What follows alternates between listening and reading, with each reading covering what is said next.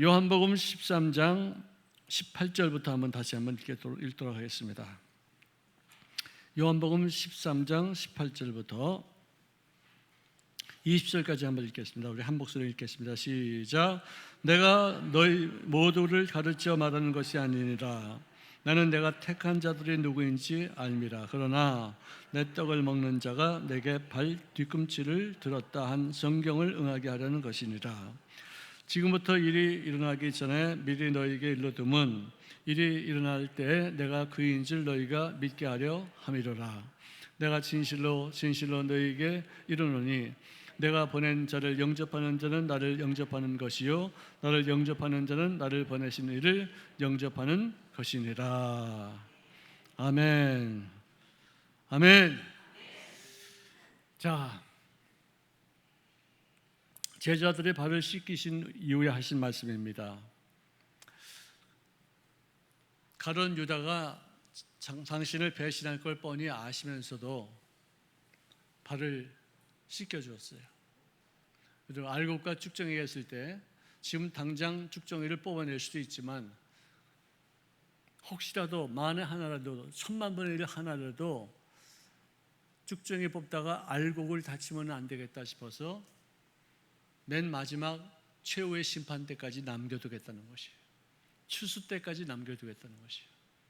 그때 가면 확연하게 구별되기 때문에 착각할 이유도 없고 착각할 필요도 없고 착각도 하지도 않아요. 알곡은 알곡대로 모아다가 곡간에 드리고 쭉정이는 모아다가 단으로 묶어서 내뒀다가 불사르는 데 내어주는 그런 일이 분명히 있기 때문에 혹시라도 지금 현재 나쁜 사람 쭉정이 또는 염소가 있을지 몰라도 내버려 두는 거예요. 여기에 우리 교회는 하나도 없을 줄로 믿습니다. 어떤 교회는 있을 수도 있겠죠. 왜? 아니 예수님이 친히 말씀하셨으니까 그게 가능성이 있기 때문에 그런 말씀하신 거 아니겠습니까? 전혀 가능성이 없는데 그런 말씀하시지 않을 거 아니겠습니까? 문제는 뭐냐? 내가 쭉정이냐 알곡이냐 이게 무슨 문제예요. 우리를 스스로가 내가 맺는 열매를 통해서 내가 어떤 나무인지를 스스로 판단하시고 부족하면 좀 더 열심을 다해서 일하시고 좀 더 주님 앞에 충성스럽게 쓰임받아 아름답고 풍요로운 열매를 맺으시기를 주의 이름으로 축원합니다. 자, 요 짧은 순간에도 하나님 앞에 맡기지 누가 누구다 이렇게 말하지 않으셨어요. 자, 그래서 단지 다윗의 경험을 인용해서 말씀하시는데 내가 너희 모두를 가르쳐 나를 배신한 자라고 말한 것은 아니다. 나는 누가 나에게 택함을 받은 사람인지 내가 알고 있기 때문에 내가 누구다 다 알 수 있어. 하지만 말 안 한다. 나의 떡을 먹는 자가 내게 발꿈치를 들었다는 시편 41편 9절의 한 말씀이 이루어지는 것을 이제 너희들을 보게 될 것이다. 내가 지금 이 일이 일어나기 전에 너희에게 이런 말을 하는 것은 뭐냐? 일이 일어나기 전에 내가 말을 해야지만 주님께서 이 말을 미리 하셨구나. 이분은 먼저 알고 계시는 분이구나. 예언적인 능력이 있으시구나. 옛날 모든 일들이 하나님의 어떤 섭리와 계획에 의해서 이렇게 하나씩 차곡차곡 이루어진다는 사실을 알기 위해서 주님께서 미리 말씀하신 거구나. 그거를 지나간 다음에 내가 그럴 줄 알았어 이렇게 말하면 그 아무런 의미가 없어요. 그것이 있기 전에 이런 일이 있을 거다라고 말하면은 그것을 겪으면서 이 사람 말이 맞았네. 그렇게 말하는 거예요. 아니 이루어질 것을 이루어지고 난 다음에 내가 이럴 줄 알았지. 그 무슨 아무런 의미가 없어요. 우리를 지식의 말씀의 은사도 누가 가르치지 않았는데 말하기 때문에 깜짝 놀라는 것이에요. 예언의 은사도 마찬가지입니다. 예언에는 두 가지가 있어요. 하나는 맡길 예자를 쓰고 하나는 미리 예자를 쓰는 거예요. 맡길 예자는 하나님의 말씀을 대언하는 것, 즉 설교하는 것이 이게 예언이에요. 맡길 예자를 씁니다. 미리 예자를 쓰는 것은 앞으로 일어날 일을 예측해서 미리 말하는 거예요. 그 예가 틀려요. 예금할 때 예금, 은행에다 예금을 하러 갑니까? 아니, 예금을 하러 갈 때 그 예는 미리 예자가 아니고 맡길 예자예요. 돈을 맡기러 가는 거다 이거죠. 성경에도 예언의 은사가 있는데 예언의 은사는 두 가지가 있어요. 미리 예자를 쓰느냐, 맡길 예자를 쓰느냐. 물론 맡길 예자를 쓰는 것은 대부분 설교가 다 그런 것이에요. 대언이라고도 말해요. 프로페시라고도 말해요. 말씀을 근데 예언은 앞으로 되어질 일을 예언하는 것은 interpretation. 뭐랄까 미리 말하는 foretelling. 점쟁이들도 미리 말하는 것 있지 않습니까? 근데 그 점쟁이들이 미리 말하는 것은 많이 틀려요. 한 사람의 사주를 볼 때 여러 점쟁이들한테 다 가가지고 물어보면은 사람마다 과거는 거의 다 비슷하게 맞히는데 앞으로 되어질 일들에 대해서는 다 각자가 다 틀려요. 그러니까 과거는 마귀가 알 수 있어도 미래는 마귀가 몰라요. 하나님만이 아실 줄로 믿습니다. 특히 주님이 오시는 그날은 예수님도 모를 정도로 하나님만이 알고 있는 하나님의 절대 주권. 그러니까 예수님도 알겠지만 그 말을 하나님만 아신다는 것을 표현하기 위해서 그런 것이지 진짜 모르시는 건 아니었다고 저는 생각이 들어요. 지금부터 일이 일어나기 전에 미리 너에게 일러둠은 일이 일어날 때 내가 그인지를 너에게 믿게 하려 함이니라. 즉 당신의 신성과 당신의 영적인 권위를 그때 가서 너희들이 알게 될 것을 말씀해 주고 있는 것입니다. 자, 언제나 우리들의 신앙도 더 강한 믿음을 얻기 위해서 항상 예언을 주시해야지 돼요. 예언은 우리가 믿느냐 믿지 않느냐에 따라서 많이 양상이 달라져요. 그 예언이 성취되어질 때 그 예언을 주시니까 얼마나 진실성이 있는 것인가, 그분이 얼마나 권위가 있는 것인가, 얼마나 영적인 어떤 통찰력이 있어서 미리 일어나지도 않은 일들을 먼저 미리 말씀하시고서 그 일을 우리로 하여금 체험하게 하셔서 깜짝 놀라게 하시는 어떤 그런 권위가 있다는 것이죠. 성취된 사건 자체를 믿게 되는 것이요. 또 그분이 하신 말씀이 앞으로도 이것이 예언적인 말씀이기 때문에 그 말씀을 믿을 수 있는 그런 신뢰심을 가질 수 있는 어떤 통로가 될 수 있겠죠. 예언 성취가 지향한 장래 행복의 확실성도 믿어질 수 있다는 것이죠. 자, 여러분들 보세요. 에레미야서 17장 5절 이하 이런 말씀이 있습니다. 야훼께서 이와 같이 말씀하시느니라. 무릇 사람을 믿으며 육신으로 그의 힘을 믿고 마음으로 야훼를 떠난 사람들은 저주를 받을 것이다. 예언이에요. 이것은 미리 예자도 되고 또 맡길 예자도 돼요. 이 말을 내가 너에게 이 말을 한다. 선포하는 거야. 딱. 그것은 여태까지 그렇게 해왔어요. 앞으로도 그렇게 될 거예요. 그러니까 미리 예도 되고 맡길 예자도 되는 것이에요. 자, 사람을 믿는 사람은 저주를 받을 것이다. 육신으로 그의 힘을 삼는 자는 저주를 받을 것이다. 마음으로 야훼에게서 떠난 그 사람은 저주를 받을 것이다. 이 세 가지가 선포되어지고 예언되어져서 반드시 이 일은 이루어지게 되어 있다는 것이에요. 이거를 사람을 믿지 마시기를 바랍니다. 사람 믿었다가 혼나는 경우 많이 있었죠. 아, 이거 사람 믿을 게 아니구나. 내가 참 믿었는데 어떻게 나한테 이럴 수가 있지? 어떻게 나의 어떤 비밀을 어떻게 사람들에게 이렇게 누설할 수가 있어? 믿고 말한 건데 믿을 수 없어요. 누구 탓할 것 없어요. 내가 사람 믿은 게 잘못이에요. 우리를 하나님만 믿으시기를 바랍니다. 함부로 말하지 마시고 하나님께 기도하는 것으로 인해서 하나님이 일하시는 어떤 일들을 미리 볼 수 있기를 주의 이름으로 축원합니다. 자, 마음이 하나님께서 그러니까 육신으로 그의 힘을 삼는 것, 영적인 힘이 있어야 되는데 육신적인 힘으로, 주먹으로, 또는 자기 돈으로, 어떤 세상적인 방법으로 인생을 사는 사람도 저주가 일 것이며, 그런 사람들은 어떤 사람이냐? 마음이 야훼께로부터 떠난 그 사람이다. 근데 그 사람은 어떻게 되느냐? 저주를 받을 것이다. 어떤 저주냐? 그는 사막의 떨기나무 같아서 좋은 일이 오는 것을 보지 못한다. 사막의 떨기나무가 뭐예요? 항상 비쩍 마른 곳에서 열매도 풍성하게 맺지 못하고 겨우 조금 있는 물 갖고서 겨우 자기 혼자 살기를 바쁘고 후손 남기기만 그냥 계속 씨 남기기도 겨우 간당간당하면서 겨우 하루하루 사는 그런 것. 이거 참 얼마나 참 힘든 얘기겠어요. 널널하게 삽시다. 풍성하게 사시기를 바랍니다. 더욱더 하나님의 영광스러운 어떤 풍성함을 만끽하며 살 수 있도록, 그리고 불안한 이웃들에게 조금도 나눌 수 있는 어떤 풍요로움이 넘치나지기를 주의 이름으로 축원합니다. 자, 그는 사막의 떨기나무 같아서 좋은 일이 오는 것을 보지 못하고 광야 간절한 곳, 즉 다시 말해서 건건한 땅, 사람이 살지 않은 땅에 살게 되리라. 이 간절한 것은 뭐고 이 건건한 것은 뭐예요? 간절한 것이 뭔지 아시는 분 손 들어봐요. 간절하다, 건건하다 무슨 말이에요? 몰라요? 간간하다는 말은 무슨 말이에요? 짜다. 간이 있다고 그러죠, 그죠? 간간하다. 건건하다는 말은 짭짤한 게 아니라 좀 둥치가 큰 짠 거, 좀 쩌더. 간간한 것은 짭짤하고 짭짭짭한 이런 것이고, 건건한 것은 쩌더. 좀 큰 범위에서 말하는 짠 것을 말해주고 있는데, 참 이렇게 어려워요. 어떻게 진짜 간간하다는 말을 이렇게 금방 아시네요. 연세가 드셔서 그런가 보다. 간조한 것은 메마른 땅이에요. 광야, 물이 별로 없어요. 식물도 잘 자라지 못해요. 동물들 그곳에 식물이 없으니까 그걸 먹으러는 어떤 그런 초식동물이 없으니까 그것을 잡아먹는 동물도 없다 이거지. 아주 황량한 곳이에요. 또 건건하다, 소음기가 많은 땅이에요.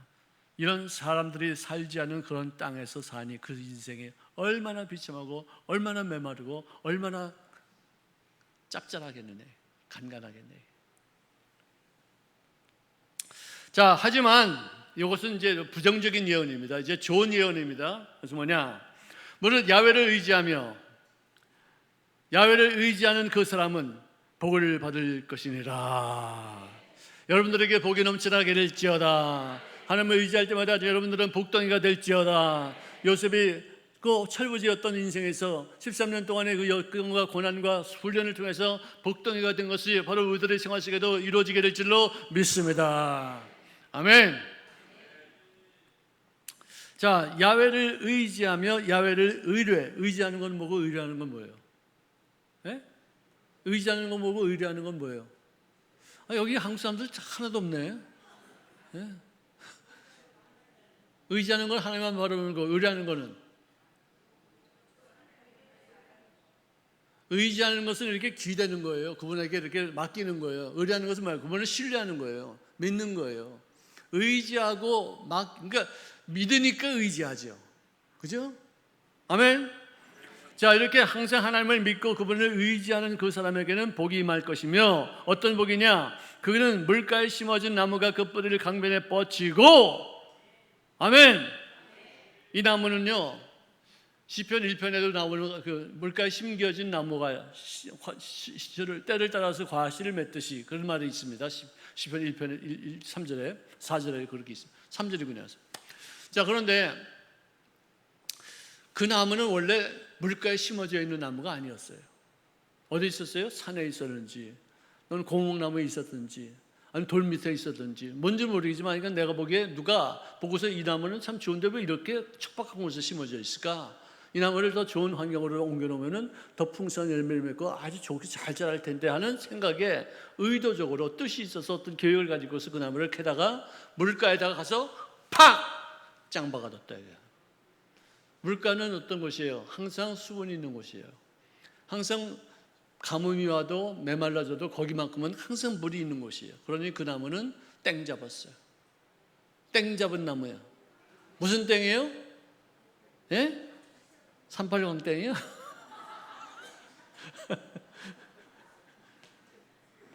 왜 누가 그랬어? 저거 아까 380 땡이라고. 나는 그거는 알아요. 광땡, 뭐 이렇게 38 광땡, 그거는 알아요. 뮤나토는 알아요. 뮤나토는. 근데 다른 거는 잘 몰라요. 제가 만약에 화투하거나 트럼프 해가지고 돈을 닦기 시작했다면은 아마 지금 그거 아주 고수가 됐을지도 모르죠. 근데 한 번도 딴 적이 없어. 얼마나 감사한 일이에요. 여러분들 화토놀이에서 돈 따는 거 좋은 거 아니에요. 밤낮 그런 짓거리만 별로 많이 따지도 못하면서 그 쓸데없는 속상하고 돈 뺏기고 돈 잃고 결국 또 노름은 어떻게 되느냐? 그걸 뭐라 그러지? 노름에서 할 때 이렇게 도와주는 사람 뭐라 그래요? 예? 어떻게 그걸 알았어? 아니, 뭐라 그런다고요? 난 이제 잘 안 들리네. 귀가 어두운가? 예? 삥땅? 질러? 난 못 알아듣겠어요. 어쨌든요, 그런 사람이 있어요. 이렇게 그 사람이 돈 다 따가지 정작 돈 따는 이렇게 따가는 사람도 없어요. 삥땅 하는 사람이라 그래? 몰라 잘 안 들려요. 어쨌든 노름에서 돈 딴 사람이 있으면 손 들어봐. 다 잃어.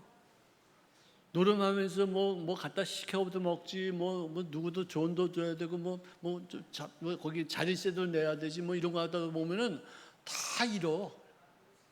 근데 그 짓거리를 왜 해요? 돈 따는 맛이지만 결국은 나중에 다 하나 또 공짜로 들어온 돈 갖고서 가치 있게 않습니다. 그런 돈은 또 이상하게 막 흩어져 버려요. 아니 무가치하게 이렇게 막 써버려요. 그래서 저는 참 감사한 것이 노름해가지고 돈 딴 적이 없다는 것이 얼마나 감사한지 모르겠어요. 여러분들 돈 딴 적도 있습니까? 그런 사람들은요, 그런데 침 붙여가지고 교회도 안 나올 때가 있고요, 헌금할 거 그런 데다 갖다 바칠 때도 있어요. 그건 저주예요. 정말 하나님 앞에 버림받은 존재예요. 그는 물가에 심겨진 나무가 뿌리를 강변에 쭉 뻗치고 더위가 올지라도 두려워하지 아니하며 그 잎이 청청하며 가무는 해도 걱정이 없고 결실이 그치지 아니함 같으니라. 할렐루야. 이거예요. 이게 예언이에요.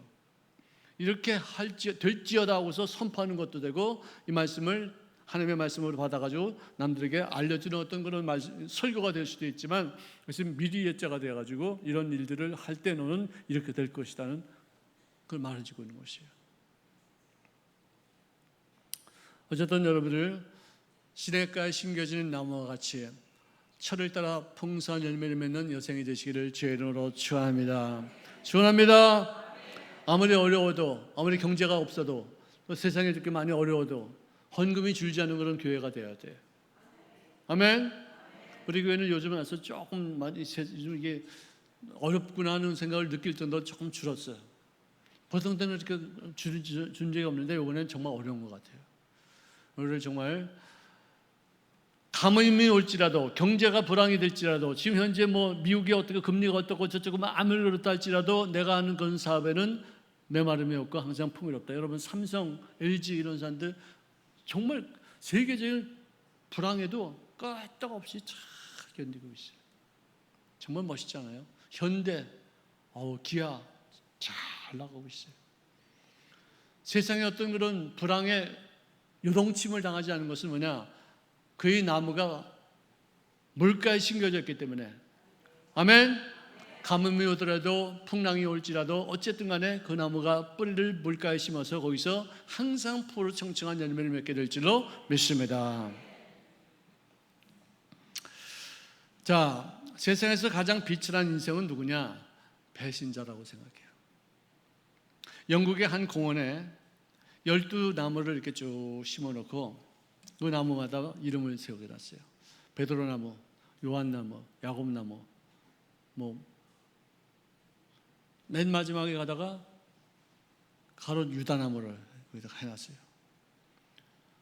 다른 나무들은 다 잘 자라는데 이 가롯 유다나무는 비실비실 골골하다가 말라 비틀어져 죽었어요. 왜 그랬을까요? 왜 그랬을까요? 예? 저주받은 나무라서. 예. 저주받은 나무. 저주가 뭔지 아세요? 영어로는 curse라고 그래요. 욕이란 뜻이에요. 욕. Don't curse me. 너 나한테 욕하지 마라. 그런 뜻이에요. 근데 그것이 좀 더 심해지면은 욕 정도가 아니라 저주가 되는 거예요. 강한 욕이 저주예요. 우리는 우리 말도 욕하는 거 보면 전부 다 좋은 말이 아니에요. 다 나쁘게 되라고 하는 말이에요. 뭐 XX 뭐 그러고 말이지. 비리로 뭐라 그러고 뭐 이러고 그런 거 다. 내가 입만 뻥뻥거렸는데도 다 무슨 말인지 다 알고 계시네. 욕이 강해지면 저주가 돼요. 사람들이 지나가는 사람마다 베드로라면 야 잘 자라라, 야 훌륭한 제자였지, 너 순교했지, 참 훌륭하다. 요한에게도 그러고 야고보에게도 계속 다 그러는데 이러면 배신한 친구, 이거 예수님을 배신해가지고 십자가 못 박게 죽기까지 고생하게 만들었지, 나쁜 놈, 더러운 놈. 그 파장이요, 입술의 그 고백이요, 나무 하나를 그냥 말라 죽이고 있어요. 여러분들 이런 꽃을 보면요, 그냥 가지 마시고 이쁘다, 어쩜 이렇게 색깔이 좋으냐, 아이고 어쩜 이렇게 너는 그렇게 아름답지, 내가 널 볼 때 정말 기쁨이 넘친다야, 말 한마디로 하면 이게요 속에서 막 활력이 생겨요. 으쌰 나보고 이쁘다 그랬다. 우리 권사님들도요 연세가 70, 80이 돼도요 제가 목사니까 귀엽게 보이잖아. 안 그래? 여러분들 목사가 되지 않아서 잘 모르죠. 정말로 80이 되신 그런 권사님을 내가 봐도 너무 귀여워요. 그래서 아유 권사님 이쁘시다 이쁘다 그러면 얼굴이 확 너무 좋아가지고 그냥 아니 그런 연세가 드신 분한테도 내가 이쁘다는 말을 하면 그렇게 뭘 어른한테 그렇게 그러면서도 얼굴이 아주 샹긋하게 이쁘지. 정말 살맛 나지. 그런 얼굴 보면은 정말 행복해요. 근데 그런 것을 왜 우리가 안 해요? 자, 옆에 분들에게 인사합시다. 아우 제가 보니까 너무 이쁘시네요.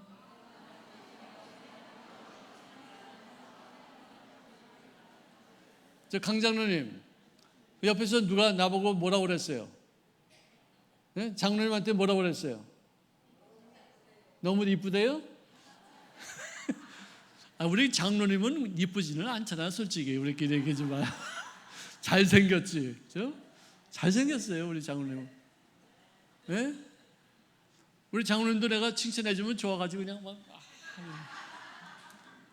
여러분, 칭찬할 때 좋아요. 아멘? 칭찬할 때도 내가 기분이 좋고요. 칭찬 듣고서 얼마나 행복한지 그 얼굴 보고서 내가 또 기분이 좋고요. 내가 그 말한 것이 이 사람에게 이렇게 기쁨이 돼? 기분이 또 좋은 거예요. 3번 기분 좋아요. 칭찬하면은요. 누구 욕하면 3번 기분 나빠요. 어떻게 할래요? 네, 칭찬합시다. 아멘. 정말로 마음이 아름다운 모든 것이 아름답게 보여요. 우리 다시 옆에 분 들어보시고 남성들한테는 잘생기셨다고 그러고 멋있다고 그렇게 하고 그리고 여성들한테는 전부 다 정말 이쁘고 귀엽네요. 시작. 아유 이리 보니까 이쁘고 귀엽네요. 아 이뻐요. 하이. 아멘. 그러면 막 살아나요. 활기가 막 생겨요. 이런 꽃들도 그래요. 꽃들도 이렇게 보세요. 아유 꽃값 하고 있네 이게 뭐 이게 꽃이라고 돼. 이게 무슨 막 그러면 비비 말라요. 정말 물 주면서 칭찬해주고 그 맛을 사는 거예요. 왜 하나님이 이런 거를 지었느냐? 인간들한테 칭찬받으려고. 인간들한테 칭찬받지 못하는 어떤 그런 동식물도 많아요. 근데 인간 사이에 쓰이는 그런 동식물들이 더 잘 되는 이유가 뭐냐? 그만큼 칭찬받기 때문에, 그만큼 아름다운 표현을 듣기 때문에 그런 거예요. 자, 유다 같은 배신자가 그의 제자들 사이에 있었다 할지라도 당장 누구다 말하지 않고 조금만 있으면 다 밝혀지는 거니까 내가 가만히 있어야 되겠다고 해서 그냥 넘어가는 거예요. 하나님의 손에 이렇게 맡기는 거예요. 그래서 혹시 이런 상황에서라도 다른 11분의 사도들의 권위까지도 손상되면 되지 않겠다 싶어서 선포하신 내용이 이것입니다. 내가 보낸 자를 영접하는 자는 나를 영접하는 것이요 나를 영접하는 자는 나를 보내신 이를 영접하는 것이니라. 할렐루야. 하나님이 나를 보내셨으니까 나를 인정하면 하나님의 존재를 인정하는 것이고 내가 이 사람들을 보내는 사람들이니까 이분들을 인정하는 것은 바로 나를 인정하는 것이다. 이제 그 사도들의 권위를 끝까지 잘 지켜주지 않습니까? 오히려 우리 순복음 도봉교회는요 주의 종들에게 참 잘한다는 소문이 많이 나 있어요. 아멘. 주의 종들을 정말 주의 종답게 다 지켜주시고 권위를 인정하고 위해서 기도해주고 좀 실수해도 커버해주고 또 누가 뭐라 그러면 그렇게 하지 마. 다 커버해주고 이래야지 복을 받는 거예요. 할렐루야. 자,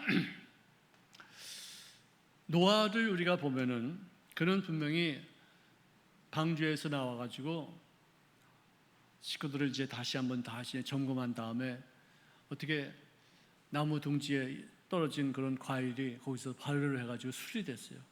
그걸 마시니까 달콤하고 아주 취하고 뭔가 기분이 알뜰하니까 많이 좀 마셨던 것 같아요.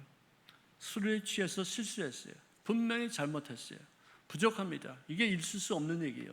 어떻게 하나님의 보시기에 합당한 바 되어서 그를 택하여가지고 온 인류를 구원하시는 어떤 그 배를 만들게 했는데 어떻게 방주에서 나오자마자 술에 취해서 이렇게 실수를 할 수 있겠는가 싶었는데 그러한 실수한 아버지를 보고서 그 실수를 남들에게 전파한 아들이 하나 있었어요. 함이라고 그래요. 남의 실수를 전파하지 마셔야 돼요. 실수를 하면은 덮어줘야 되고 함구해야 돼요. 누가 무슨 말을 또 이렇게 전해 들으면 아유 왜 이런 말을 나한테 하지? 귀를 씻고서는 더 이상 내 입에서 나가지 않게끔 딱 막는 게 이게 예수 믿는 사람들이 해야 될 일이에요. 함은 돌아다니면서 아빠가 말이지 벌거벗고 주무신데 아이고 정말 아이고 창피해 죽겠어요. 지금 뭐 어떻게 저런 아빠가 다 있어.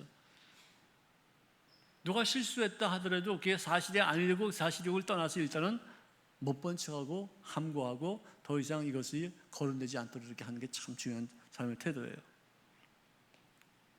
자, 아버지의 수치를 보고서 그를 갖다 사람들에게 다 전파한 아들이 있는가 하면은 실수했음에도 불구하고 안 보려고 보재기를 들고서 뒤로 들어가서 이렇게 해서 그 수치를 가려준 그런 아들, 이게 원칙이다 이게. 교회에서 흠보기 시작하면 모두가 다 흠봐요. 요즘 정치인들을 보세요. 서로 흠집 잡기 난리가 났어요. 얼마나 여론이 비등했으면은 요즘 와서 뭐 국회에서 뭐 하는 척 하는데 그 버릇 어디 안 가요. 서로 쌍방이 다 공격, 추한 꼴들, 더 나쁜 것들 다 들춰내고 다 별 없는 얘기까지 다 만들어가지고 난리가 나. 이게 지금 한국이 참 보통 일이 아니에요. 전 세계에서 한국을 추앙하고 한국을 잘 모시는 나라라고 생각하는데 왜 정치권에서만큼 왜 그런지 난 잘 이해가 안 가요. 그런 식으로 장사하면 장사 못해요. 그런 식으로 어떤 공부도 그런 식으로 못해요. 정치만은 괜찮을지 몰라도 근데 그것도 정말 안 좋은 얘기죠. 장사는요 서로를 섬겨야 돼요. 서로 잘 대접해야 돼요. 이 사람의 유익한 것을 위해서 내가 희생하겠다는 마음으로 물건을 만들어야지 이게 팔리는 거예요.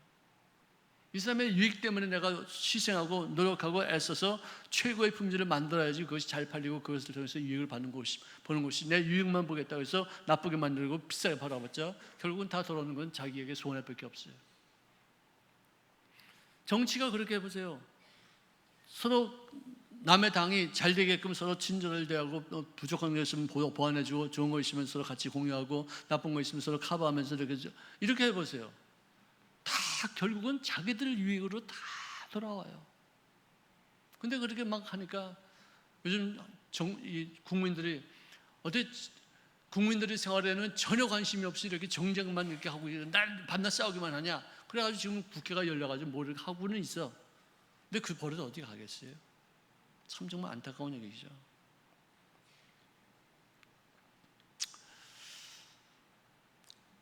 이삭이 아버지의 부족한 점도 다 알고 있겠죠. 근데 자기가 태어나면서부터는 내가 본 아버지는 정말 훌륭한 아버지였기 때문에 그가 나를 죽여서 제물로 바치려고 하는 순간에도 순종할 수 있었어요. 저도 우리 아버지에 대해서 많이 알고 있죠. 좋은 점, 나쁜 점. 우리 아이들도 나에 대해서 좋은 점, 나쁜 점 다 알고 있겠죠. 나쁜 점 갖고 얘기하지 않아야 돼요. 특히 가족에서는. 우리 교회도 가족이에요. 서로 좋은 점을 칭찬해주고 훌륭한 점을 더욱더 돋보이게 만들어주고 이런 어떤 영적인 분위기가 창출되어야지 돼요. 아버지에게 축복권이 있습니다. 특별히 홍수에서 구원받은 그런 사람들 중에도 하나님의 영으로 인도함 받은 사람들에게는 은총이 많은 것이에요.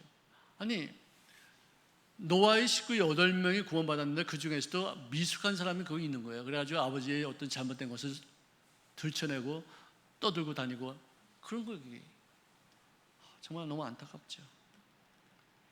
베드로전서 4장 8절에 보니까 무엇보다도 뜨겁게 서로 사랑할지니 사랑은 허다한 죄를 덮느니라. 부모의 허물을 들추는 것도 탄식할 일이지만 제자가 스승을 팔아먹는 일도 참 기가 막힌 일이죠. 정말 슬픈 일이죠. 도저히 해서는 안 될 일이죠. 공개적으로 이것을 지적하기에는 역시 괴로운 일이기 때문에 예수님은 그것을 지적하지 않으시고 말씀 안 하시면 안 될 단계 때까지 참고 기다려주시는 것이에요.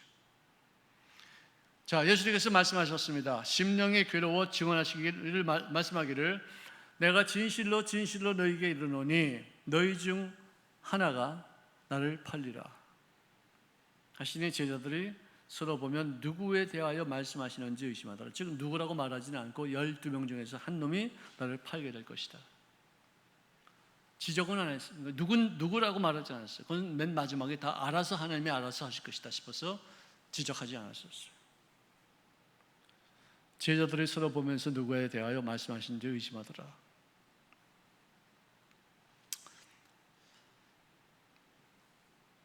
자, 23절부터 한번 보시겠습니다. 23절부터 30절까지 한번 읽겠습니다. 시작.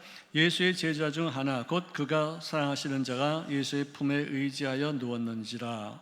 시몬 베드로가 머리짓을 하여 말하되 말씀하신 자가 누구인지 말하라 하니 그가 예수의 말씀 가슴에 그대로 의지하여 말하되 주여 누구니이까. 예수께서 대답하시되 내가 떡 한 조각을 적셔다 주는 자가 그니라 하시고 곧 한 조각 떡을 적셔서 가룟 유다의 아들 유다에게 주니라. 조각을 받은 후 곧 사탄이 그 속에 들어간지라. 이에 예수께서 유다에게 이르시되 네가 하는 일을 속히 하라 하시니 이 말씀은 무슨 뜻으로 하시는지 그 앉은 자 중에 아는 자가 없고 어떤 이들은 유다가 돈계를 맡음으로 명절에 우리가 쓸 물건을 사라 하는지라 혹은 가난한 자들에게 무엇을 주라 하시는 줄로 생각하더라. 유다가 그 조각을 받고 곧 나가니 밤이더라. 자, 이것을 우리가 공부할 때 좀 확실해야 될 것은 우리가 최후의 만찬 그 레오나르도 다빈치가 그린 그 그림을 보면은 예수님이 이렇게 앉아 있고 이렇게 앉아 있죠. 그래서 여기 밥 먹는 그건 그림이요. 그림적으로 봐서는 유대인의 풍속을 따라서 보면은 그거는 잘못된 그림이에요. 예수님이 오른손잡이니까 이렇게 누우셨을 거예요. 이렇게 상이 있으면 이렇게 누우셨어요. 이렇게 기대서 먹었어요. 그러니까 they lean at the table 그래요. 자기 몸을 이렇게 기대가지고 비스듬해가지고 팔을 여기다 대고서 이렇게 먹는 거예요. 그러면 요 뒤에는 가룟 유다가 앉아 있었어. 여기에는 요한이 앉아 있었어. 전부 다 이렇게 있는 거예요. 이렇게. 그래서 여기서 말하면은 요 사람만 듣고 여기서 말하면은 이 사람 아니면 요 사람 같이 이렇게 들을 수 있어요. 그런 상태예요. 베드로가 떡 일어나가지고 고개를 주누르면서 누굽니까? 누가 이렇게 우리를 배신할 놈입니까?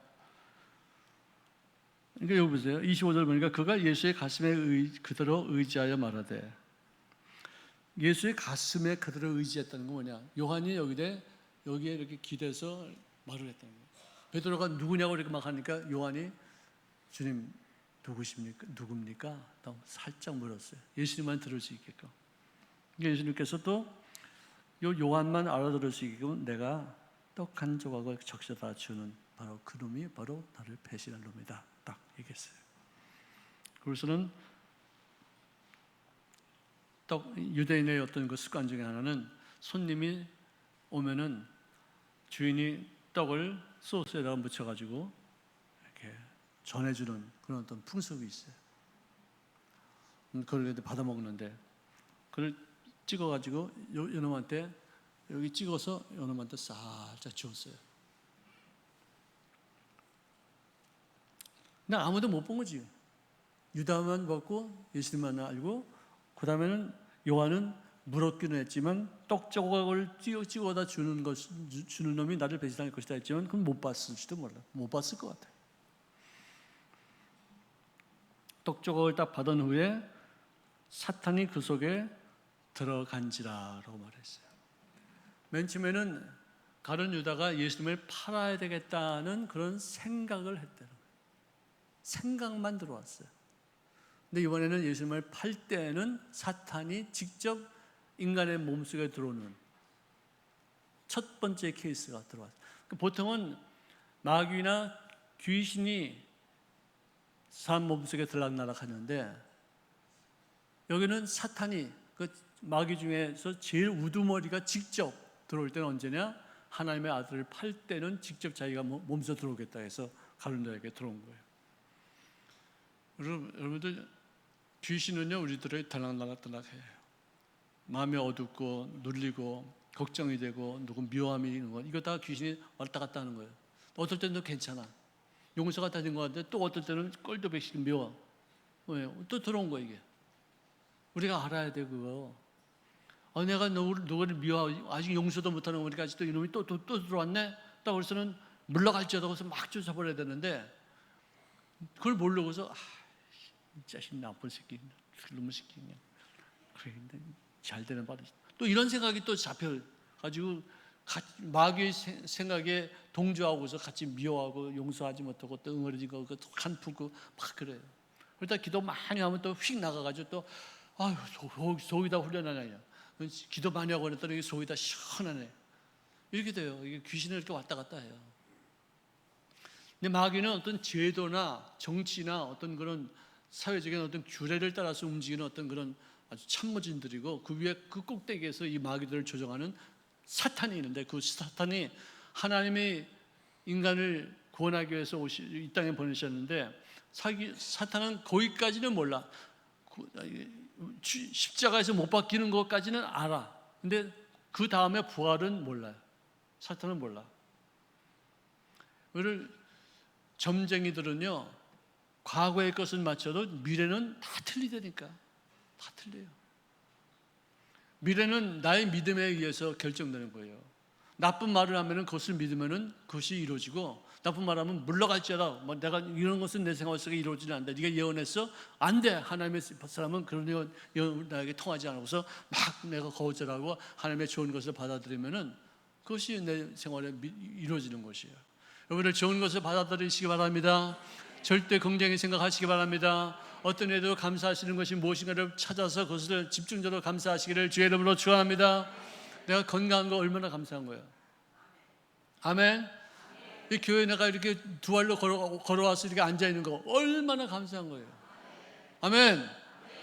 기도하시는 게 얼마나 감사해요. 염려하지 않고 걱정하지 않고 누구 미워하지 않고 주님 앞에 맡기고 내려놓고 주님 앞에 도우시면 간구하고, 내 생각이 이렇게 미움을 있습니다, 부정적입니다, 이렇게 염려가 많은지 모르겠습니다, 주님 내 마음속에 염려 대신에 기쁨을 그리고 믿음을 선포하시는 마음가짐을 주시옵소서. 막 기도하고 쫓아버리고 귀신을 물리치는 그런 모습으로 마음 상태를 항상 가볍고 정결하게 만들 수 있기를 주의 이름으로 축원합니다.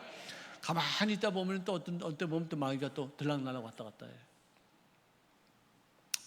자, 그 떡을 딱 주면서 하는 말이, 야, 네가 하는 일을 속히 좀 하라, 딱 그랬어요.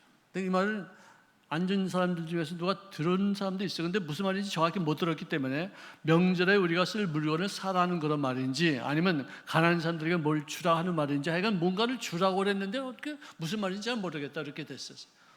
정확히 몰라요. 사람들은 이 듣는 게 이렇게 귀하지만 정확지 못할 때가 많아요. 할렐루야. 자, 오늘 본문 말씀에 유다가 그 조각을 받고 곧 나가니 밤바라밤밤밤밤 밤바라밤밤밤 밤이더라. 이게 밤바라밤밤밤, 이거는 좋은 밤이에요.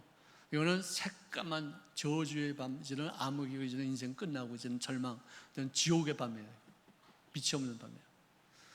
물론 나갈 때 시간적으로 이제는 어떤 저녁을 먹고 나니까 밤이 될 수 있겠지만, 그 인생은 그 영혼에도 불이 켜 있지 않아요. 깜깜한 밤이에요. 절망의 밤이에요. 저주의 밤이에요. 이제는 더 이상 갈 곳이 없어 나중에 스스로 목매어 죽지 않습니까? 좀 비참하죠. 여러분들 이런 밤은 만나지 않으시기를 주의 이름으로 축원합니다. 여러분들 생각이 중요한 거예요. 맨 처음에는 마귀가 예수님을 팔 만한 생각을 집어넣었다가, 이제는 사탄이, 성경에 사탄이 인간 속에 들어온 적은 딱 한 번이에요. 사탄이 들어온 적은 처음이라니까요. 무슨 말인지 몰라요? 사탄이 인간 속에 들어온 것은 여기 처음이에요. 가룟 유다가 사탄을 제일 처음으로 직접 들어오신 그분을 막지 않고 웰컴하고서 받아들였다 이거예요. 우리는 귀신이 조금만 들어와도 답답하고 그냥 염려가 되고, 누구 미워하면 용서가 안 되고 막 좌절하고 그냥 깜깜하고 그런 데가 몸부림, 그 정말 못 견디겠어요. 나는 옛날에는 그런 것이 내 생활이었기 때문에, 그걸 또 내가 쫓을 수 있는 어떤 그런 것도 내가 모르기 때문에 팔자가 그런가 보다 하고서 운명이 그런가 보다 싶어서 그냥 고민다는 고개 그러고, 또 술도 마시고 또 어디 게임도 하러 다니고 그냥 바탕고도 치고 그냥 뭔가 좀 잊어버리려고 그냥 세상적인. 어떤 사람들은 얼마나 괴로운지 마약을 해요. 예? 마약은 정말 그야말로 사탄이 거의 그 사람에게 들어온 것과 똑같아요. 단 1회의 마약 그걸로 평생을 그냥 사는 거예요. 근데 마약 사범에 대한 어떤 그런 경계, 그런 어떤 재판 어떤 양이 너무 약해. 마약을 1회 복용했다고 해가지고 전과가 없다 해서 풀어줘요. 그럼 뭐죠? 집행유예로 내버려줘요. 그럼 형도 오래 살지 못해요. 마약은요, 전과가 있건 없건 한 번 하면은 그것으로 끝난다니까. 그 사람들은 감옥서에 처박아가지고 마약을 아예 못하게 딱 만들어서 나가야지. 한 10년 동안 그 감옥서에서 마약 안 먹으면 그좀 괜찮을 거예요 아마. 그래도 또 하더라고요 보니까. 마약은 이렇게 무서워요.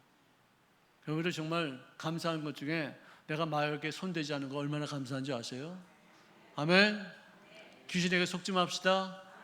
정말 하나님의 백성으로서 이렇게 남들은 지금 어디 뭐 놀러 다니고 뭐 여행을 다니고 지금부터는 나쁜 짓 하는 분들도 많아. 밤 돼 가지고는 뭐 세상이 캄캄하죠. 근데 우리는 이렇게 교회를 다니는 것이 얼마나 감사한지 몰라요. 자, 옆에 분들에게 당신이 옆에 계시니 내가 얼마나 감사한지 모르겠다.